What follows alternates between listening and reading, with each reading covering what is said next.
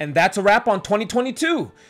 Wish I could have made a few more videos throughout that time, but I guess a few are better than none, right?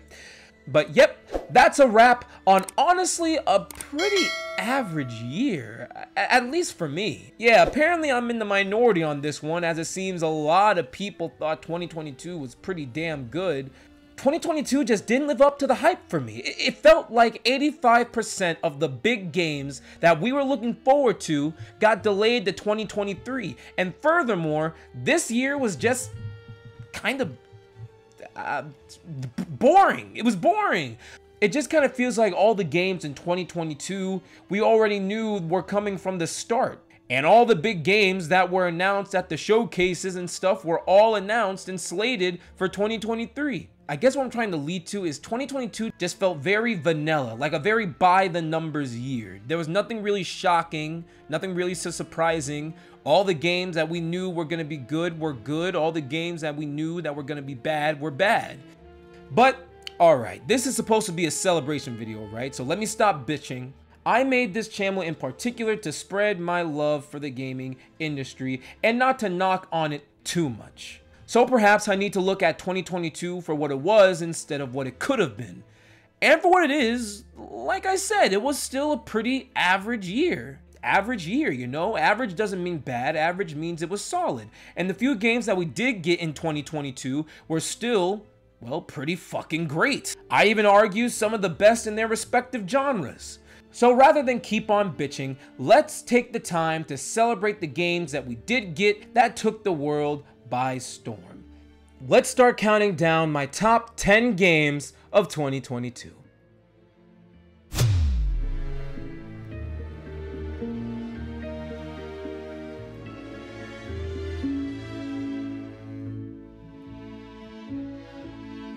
So you know what I'm starting to think? I think other than Game of the Year, the best honor a game can get in making my personal list is the number 10 spot.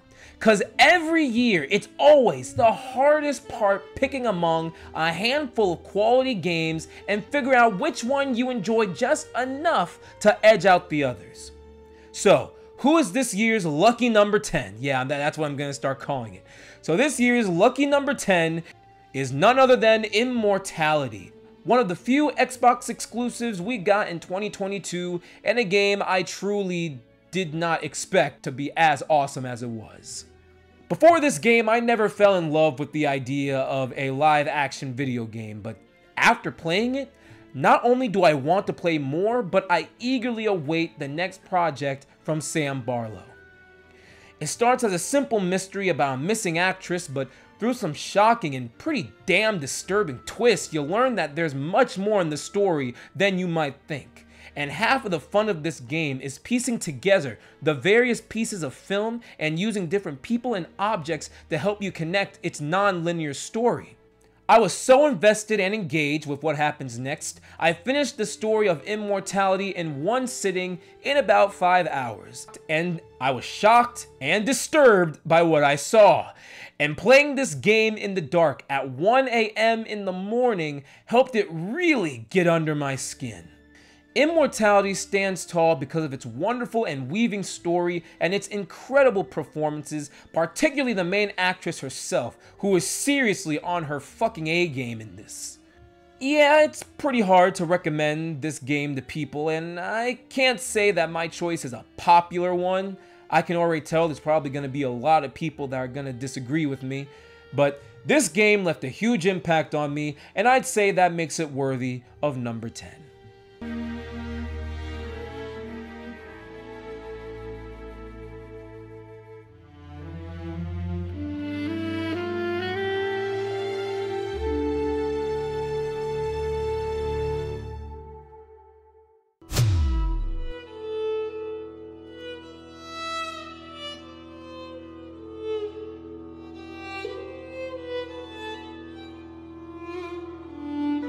The only other real Xbox game to make it in my top 10 list for this year is none other than Pentiment. So Pentiment was announced at the Xbox Showcase in 2022, and at the time, it didn't really hook me. Thank goodness for Game Pass though, because I honestly would not have played this game otherwise. But holy crap, I am so damn happy that I did. On a narrative level alone, Pentiment has a lot going on. It's a deep and dark murder mystery that, when combined with the light RPG elements that are in the game, it can have a surprising effect on not just the main character himself, like deciding where you were born or what you studied, but how the world will view him. Certain opportunities will only be available if you studied a certain subject, so you can expect different results with different answers. But the real crux of this game is the mystery. Finding the right people, convincing them to tell you the truth, and then checking that info with other characters and make sure they're not lying was surprisingly very tense, and especially since you're on the clock, so you're never gonna have enough time to talk to everyone. So it added a very interesting level of time management that I wasn't expecting. I gotta mention the beautiful textbook-esque visuals that make every scene of this game just a feast for the eyes. And when it's matched with excellent sound design and music, Pentiment really immerses you in its fascinating town. And during the time playing, not only was I having fun, but I felt like I was learning, like actually getting smarter as I played. I was learning new words, subjects, different battles, and historical figures. All this made Pentiment a surprisingly educational game that had me eager to learn all I could. I say all this to say, it was really hard to put Pentiment down, and that's one of the best compliments I can give a game. Pentiment may not be for everyone, but it certainly won me over.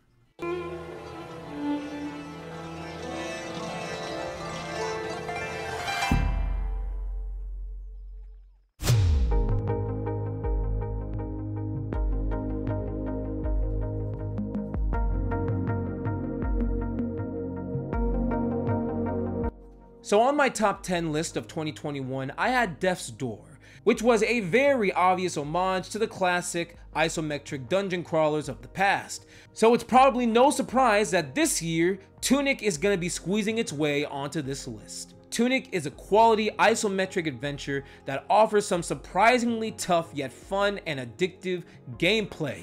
But of course, the game wouldn't be nearly as fun to play if the world wasn't as gorgeous to look at. The game has a dreamy feel that makes walking around the world just a joy in and of itself. That's also in large part thanks to its adorable protagonist and beautifully serene music. Exploring the world of Tunic and finding some of Tunic's awesome collectibles, like pages to an instruction manual that looks like something out of a NES game, was truly a unique and fun motivator to check every nook and cranny. But don't let the game's cute look fool you, okay? Combat in this game is intense. It's quick, it's fluid, and requires quick reactions, especially with its huge bosses. But even the smallest enemy can hit hard. But that's why paying attention to vital details in Tunic is important. The only guide that you have is your tiny instruction manual that doesn't even tell you straight up because it's written in words you can't understand. So all you have is that booklet, and the rest is all up to you. There is very little helping hands in Tunic. It's just go out, explore, learn new things, and come back alive. And that loop had me hooked. Are there better isometric games out there today? I mean, yeah, sure, but Tunic, especially for a first developer and a solo developer at that, knocks it out of the park and is easily one of the best indie games of this year.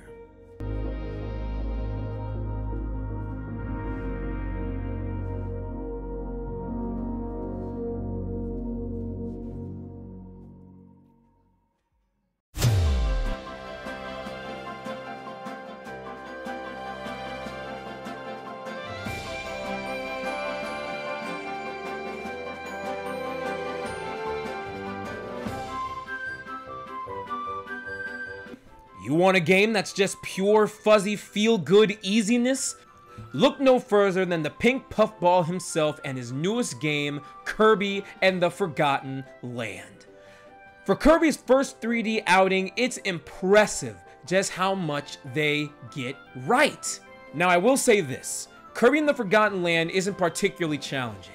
You won't be scratching your head at any puzzles or having too much troubles with the enemies or even the bosses. But what is present in this game is endearing, charming, and highly replayable. The look of Kirby and the Forgotten Land is absolutely striking on an art direction level. Each colorful world you explore looks and sounds incredible. Art direction helps to make the world of Kirby and the Forgotten Land so inviting despite its post-apocalyptic settings, but it's the music that also helps to cement it. This is surprisingly one of the best, if not the true best soundtrack of 2022. The orchestra of Kirby really sets the stage for the adventure and is a constant joy from start to finish. Then we have Kirby's combat that has been perfectly realized in 3D, not really complicated, but thanks to a wide variety of combat options in the game, from breathing fire to literally getting a gun. Combat never felt half-assed, thanks to plenty of enemy types, which in turn means numerous skills for Kirby to copy. Kirby and the Forgotten Land is a game that manages to blend so much, from copy abilities, the mouthful modes, puzzles, grand campaign, combat, platforming, exploration, without having any of the game feel overly stuffed. Every section felt fleshed out and well realized. It's a game that's equally as engaging for kids as it is for adults. Both newcomer Kirby fans such as myself and the die-hard Kirby fans. It's a game that's truly meant to be appreciated by everyone. And because of that, I think it can easily stand as one of Kirby's greatest adventures and one of the best games of 2022.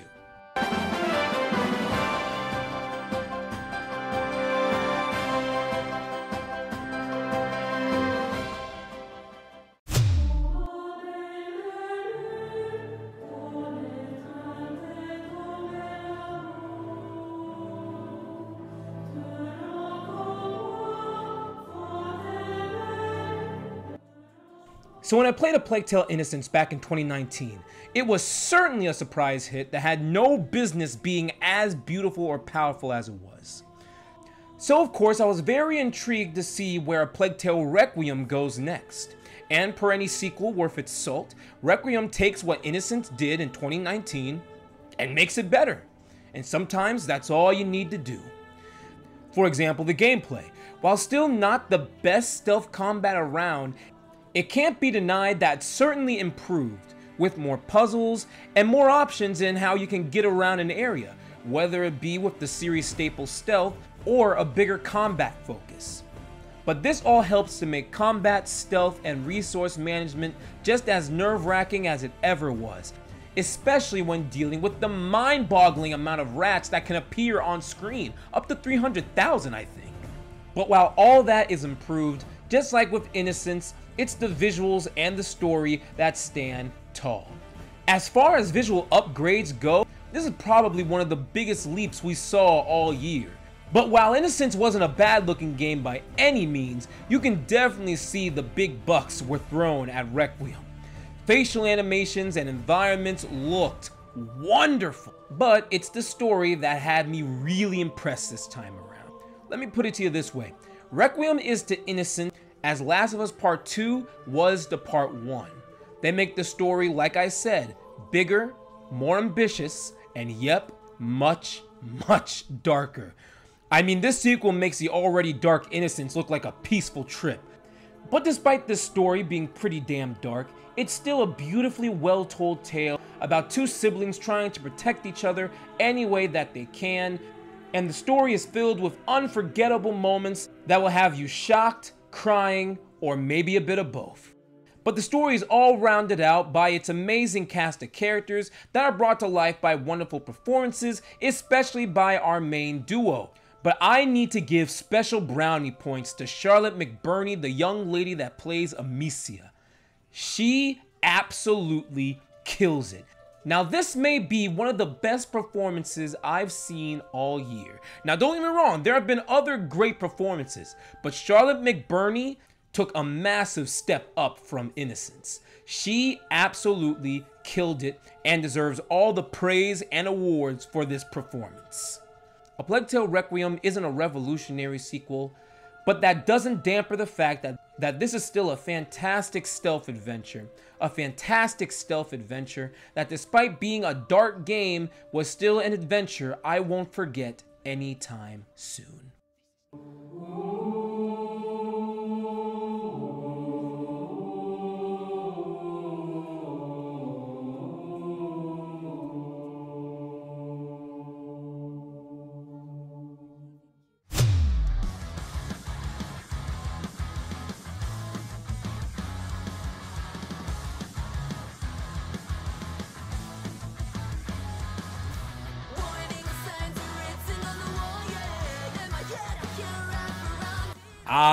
Bayonetta 3. My most successful video on my channel stems from this incredible game. Bayonetta 3 is campy and cheesy as hell, and it is all the better for it. There's just something special about having a game that just doesn't give zero fucks. Bayonetta 3 never tries to take itself seriously, it never tries to stick to one set gameplay, but rather it's just a hodgepodge of utter madness, blending everything from multiple different weapons and playstyles to a very tongue-in-cheek, absolutely bonkers story. And my response to this is, well done. Bayonetta 3 not only manages to introduce multiple styles of combat, weapons, and traversal options, but each felt developed with care and just fun to use. And then there's the story of Bayonetta 3 that is absolutely bonkers in the best possible way. Don't come to this game expecting to understand what the fuck is happening. It's a wild and confusing story, and it's jam-packed with hysterical moments and what the fuck scenarios. And you honestly don't care. It's still a grand time, especially since all the characters are so damned likable.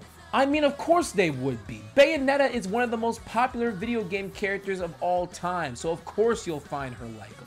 Yes, I must admit the visuals of Bayonetta 3 have taken somewhat of a backseat due to it being on the Switch, but the art direction and colors still make it an overall nice game to look at. Bayonetta 3 is a tongue-in-cheek game if I ever saw one. It never takes itself serious, and in times when everything is super dark and serious, it's refreshing to have something that's just out to show you a good time.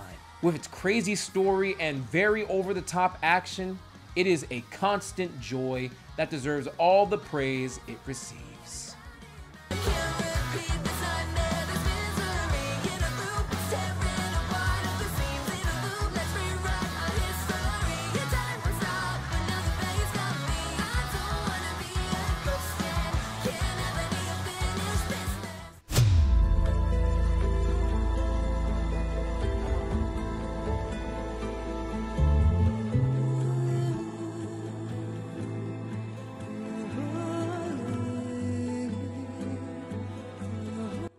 So just like with 2017, it seems the majority of folk have slept on Horizon Forbidden West, which honestly is a damn shame. This series deserves so much better for its visuals and world alone. The world of Horizon was already great, but seeing it expanded and grown to such a massive scale was everything I was hoping for. But Jesus Christ, the visuals of Horizon Forbidden West are something else. And I still stand by that Horizon Forbidden West is the single best looking game released in 2022. The fact that the environments are so colorful and detailed, the fact that the facial animations are so expressive, while this game is set in a massive open world that can still manage to maintain 60 frames per second is nothing short of impressive. The open world is much larger and filled with optional activities and side quests that added so much story and lore that they're practically essential for the main story. All this plus handy new traversal mechanics including the hook shot and the shield wing that allows you to descend slowly from extreme heights gives Horizon Forbidden West the one thing I always go crazy for, and that's a sense of discovery. A sense of discovery that just never lets up. So Horizon Forbidden West improved on a lot of things, but it also left some things the same. The combat's a little smoother and easier to keep track of, but there isn't too much that was changed. But really it didn't have to be, because the combat is still really fucking fun, with new skills and weapons that make every encounter with these towering machine beasts a thrill. Which, by the way, all look and sound incredible. The machines are still some of the most unique enemies in modern gaming, and I honestly love just looking at them. The story in Horizon Forbidden West is not quite as good as the original, but this time around it's certainly big, and there are both returning characters and new characters that are just as likable, if not more so, than they were in the first game, so that makes up for it. All in all, featuring an improvement in just about all of its aspects, bigger world, improved combat, more exploration, more likable characters, and insanely upgraded graphics, make Horizon Forbidden West a wonderful sequel that eagerly gets me excited for the future of Horizon.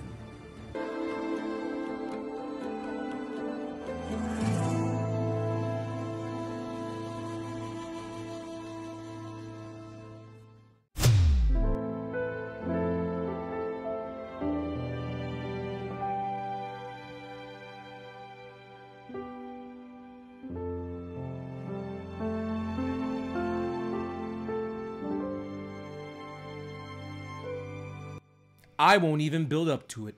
Xenoblade Chronicles 3 is one of the best JRPGs ever, and it's better than Xenoblade 2 by a huge margin, which I love, by the way. But Xenoblade Chronicles 3 is just, something else, man. It's something so special. This game is a combination of everything I love in my games, especially my JRPGs.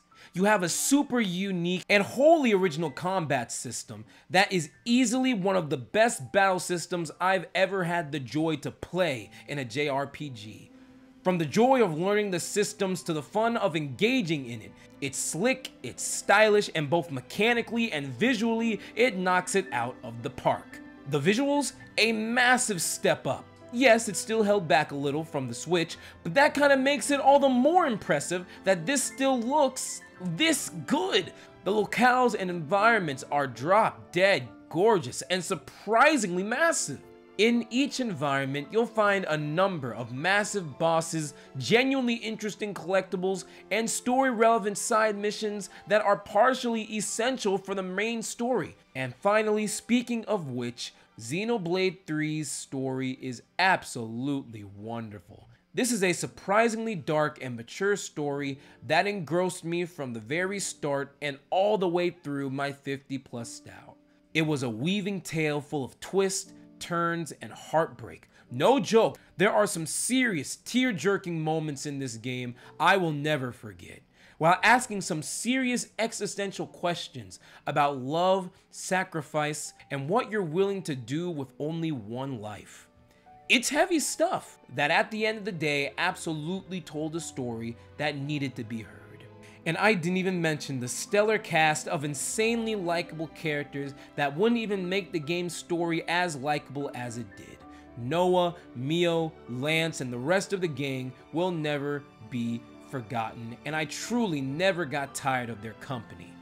Hell, I didn't even mention the absolutely fantastic soundtrack that is once again made by my man Mr. Matsuda, the composer of Chrono Trigger and the previous Xenoblade games. The music in this game is absolutely wonderful. Top 3 of the year easily. There's not much else to say. Xenoblade Chronicles 3 is a JRPG that any true fan would be silly not to play once in their lives. It's beautiful, it's massive, it's one of the best JRPGs ever made, and it's truly a game I will never forget.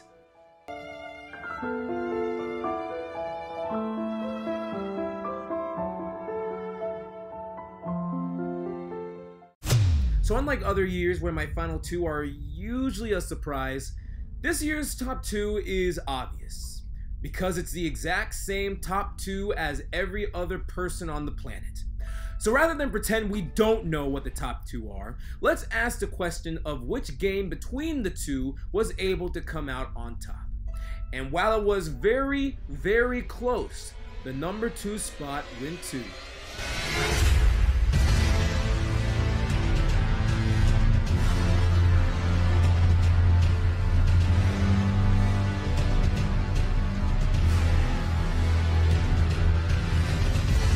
Man, what more could possibly be said about Elden Ring?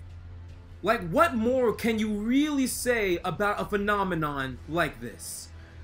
This is without a doubt the single biggest game of 2023 in terms of reach, bar none. Let's not forget that Elden Ring literally took the world by the balls for months. And yeah, I won't pretend it's not easy to understand why. I've always loved the go out and discover approach with my open world games. No hand holding, little guide, just ride and use your intuition and knowledge to discover what comes next, and I believe Elden Ring does this just as good as Breath of the Wild did in 2017. The Lands Between is a massive and vast world that's full of discovery, from small two-room caves to giant underground cities. And while a clear path forward exists, the real pull of Elden Ring was spanning the lands with no direction or goal, which would often lead to some truly jaw-dropping surprises that I will never forget. In fact, if you still had the world, Elden Ring would still be in the conversation for Game of the Year. But it matches that world with the tried and true formula that makes From Software the heavy hitters that they are today. Wonderful art direction that makes Elden Ring a drop-dead gorgeous game. The fun yet tough as nails gameplay that leaves you with a tremendous feeling of accomplishment once you've, quote, gotten good. And a truly interesting lore and narrative that doesn't hand feed you its story, but if you choose to look, it's genuinely interesting and a little disturbing. Elden Ring is just that special game, man. It's that special game that rewards you on all fronts, and no matter how much effort it took, the reward always felt earned and deserved. It's a game that constantly leaves you ready to explore and ready to have your mind blown. And like the best open world games out there, that is some high praise. Honestly, if Elden Ring had released in a different year, almost any other year, this would have quite easily taken my Game of the Year. But unfortunately, it didn't. And at the very last minute, my #1 game came and completely stole the crown.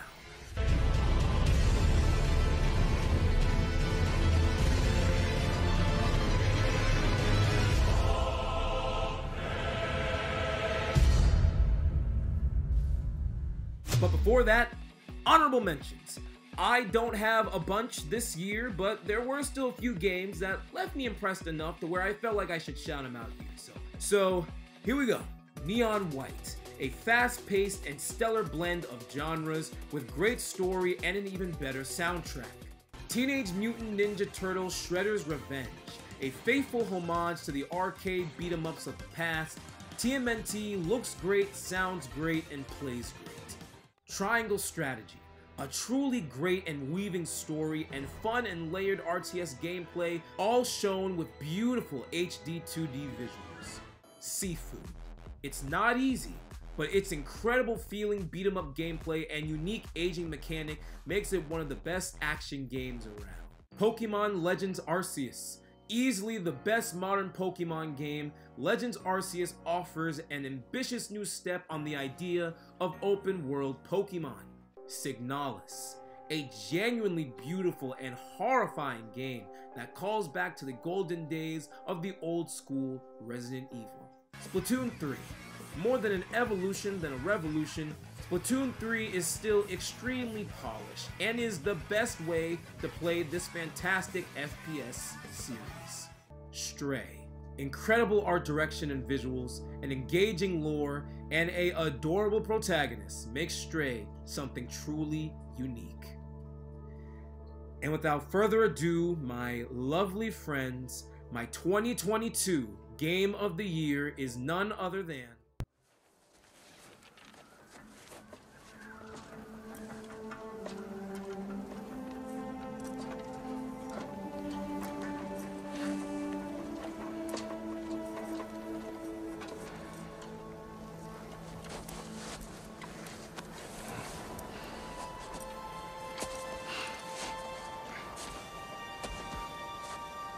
Ready.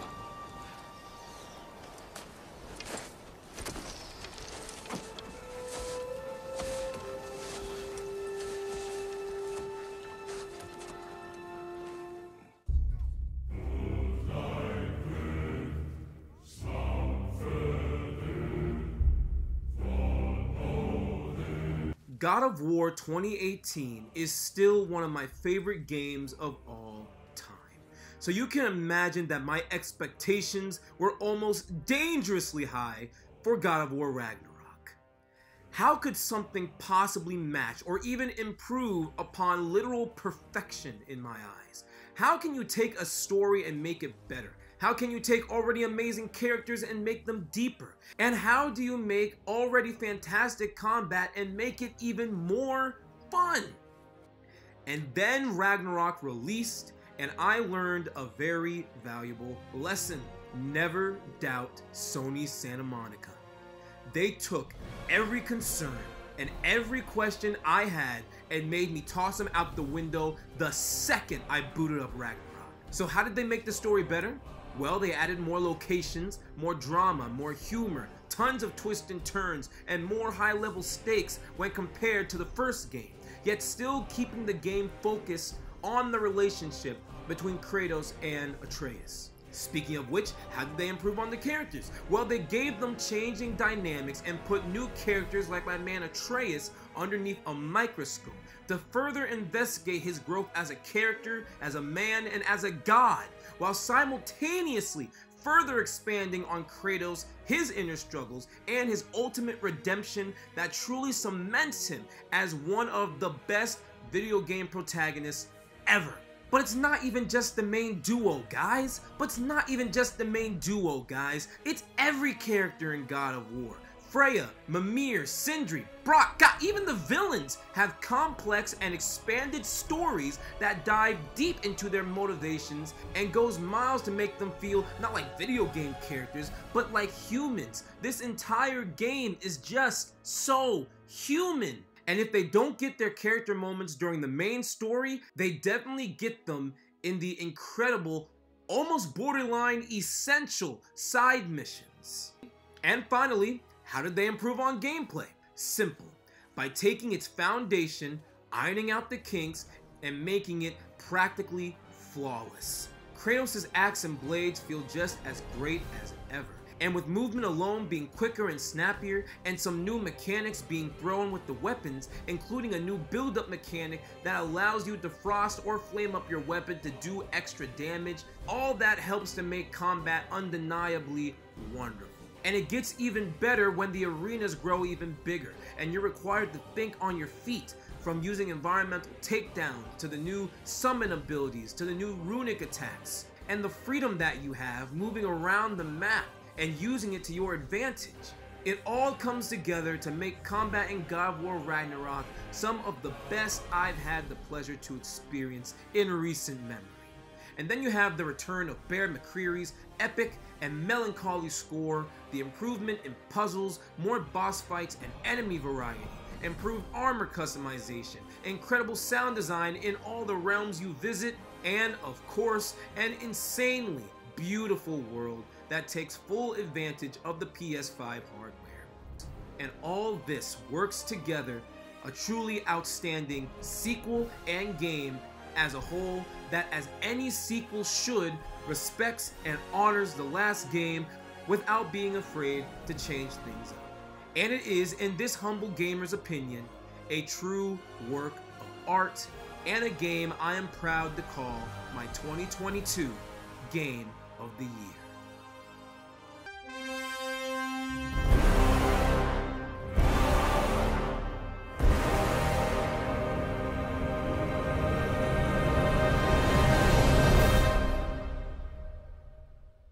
And that's a wrap on 2022. Yeah, like I said, a relatively fine year. But it was a fine year with a few truly incredible games. So I guess I can't be too disappointed at all. Still, 2023 is shaping up to be the year I thought we'd get with 2022. And honestly, in January alone, it looks like we're off to a pretty damn good start. As for my next video, it was gonna be Dead Space Remake, but then a little game called Hi-Fi Rush came out, and hell fucking yeah, man. So, Hi-Fi Rush will be getting the video treatment. It's not gonna be super long, so I'd expect that done in, say, like 2 weeks. Dead Space, if I have some time, I'll give it a review, but By the time I finish Hi-Fi Rush, we'll probably be in February, and there might be some new games I want to talk about then, so we'll see. But until then, guys, thank you so much for watching. Again, it's always greatly appreciated. If you haven't already, follow my gaming Instagram at TheGamerCritic in my bio. And my friends, I will be speaking to y'all soon.